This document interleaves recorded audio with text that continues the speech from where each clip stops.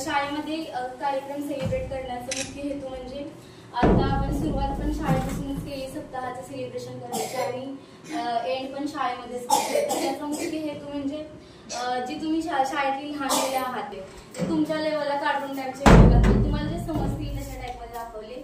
तर यातून तुम्हाला काय समजलं तुम्हाला या व्हिडिओमधून? जंगल बघितलं तुम्ही, वाघ बघितला, प्राणी बघितले ना. तर हे कुठे राहतात? जंगली सप्ताह आपण का सेलिब्रेट करतो?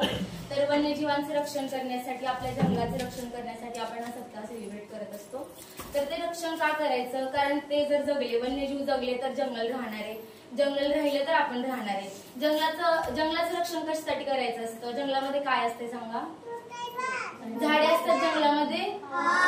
झाडे काय देतात आपल्याला? ऑक्सिजन देतात, हो ना. मग ऑक्सिजनमुळे आपण जगतो, ऑक्सिजनमुळे आपण श्वास घेतो, हो ना. तर ते आपल्या जगण्यासाठी महत्वाचं आहे ना श्वास. तर तो आपल्याला झाडांपासून मिळतो, म्हणून आपल्याला झाडांचं रक्षण करायचंय, वन्यजीवांचं रक्षण करायचंय. वन्यजीव राहिले तर जंगल राहणार आहे, जंगल राहिले तर आपण राहणार आहे. ह्यासाठी आपण वन्यजीवांचं रक्षण करण्यासाठी वन्यजीव सप्ताह आयोजित करतो. आणि तुमच्यापासून सुरुवात का करतो? तर तुम्ही पुढच्या आपल्या भारताचं भविष्य आहे. तुम्हाला जर लहानपणी समजलं, तुम्हाला लहान वयामध्ये जर समजलं आपल्या जंगलाचं रक्षण का करायचंय, जंगलाचं प्रोटेक्शन करायचंय, जर तुम्हाला आताच तुमच्या मनामध्ये जर बिंबवल्या ह्या गोष्टी, तर तुम्ही मोठे झाल्यानंतर आपल्या जंगलाचं रक्षण करणार आहे, भारताचं भविष्य आहात तुम्ही, ते भविष्य मोठं करणार आहात.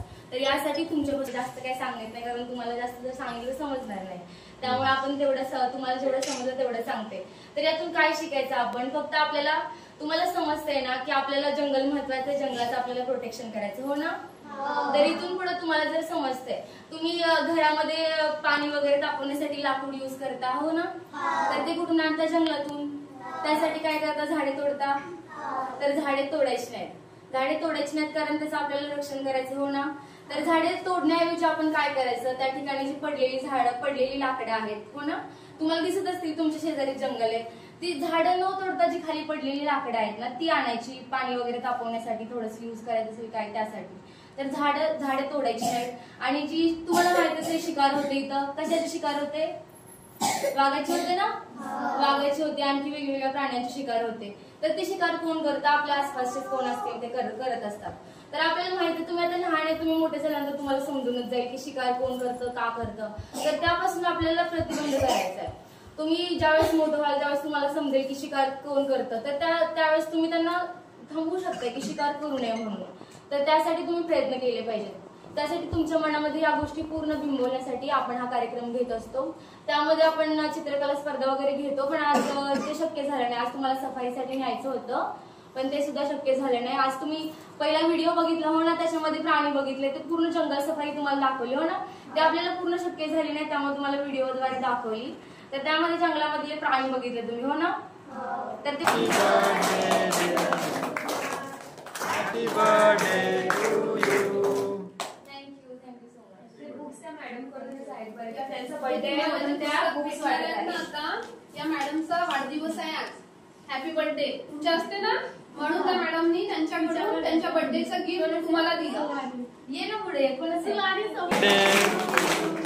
Happy birthday to you, happy birthday dear Suhani, happy birthday to you.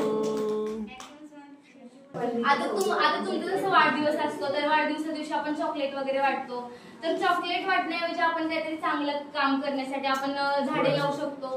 कुठे एखादा गरीब मुलगा असेल, मुलगी असेल, त्यांना तुम्ही लहान आहे, तुम्हाला आता मदत नाही करता येणार, पण तुमच्या परीने झाडे तर तुम्ही लावू शकता ना. तर बर्थडेच्या दिवशी आपण जेवढी जास्त झाडे लावता येईल तेवढी लावायची, किंवा एखादं मोठं झाल्यानंतर तुम्ही ज्यावेळेस मोठं व्हाल त्यावेळेस तुम्ही मोठी चांगली कामे करू शकता, हो ना. तुम्ही कमवायला लागल्यानंतर एखादं गरीब कोण असेल त्या मुलांना मदत करू शकता.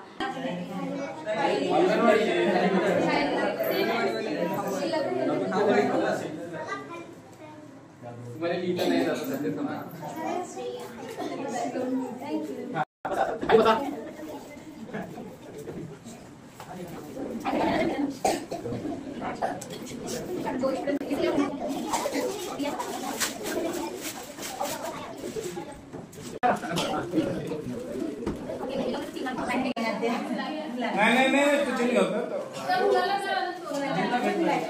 मातीत टाका पहिले, दबून द्या ना त्या. करते. ते चांगलं फळबाग सारखं लावू शकता सर तुम्ही. एवढी हो. जागा आहे तुमच्याकडे तर. हो ना. बनेराचे आहेत का सर? संजय भाऊ लोखंडे. हो हो मी वैष्णवीमध्ये राहतो. वन्यजीव आहे.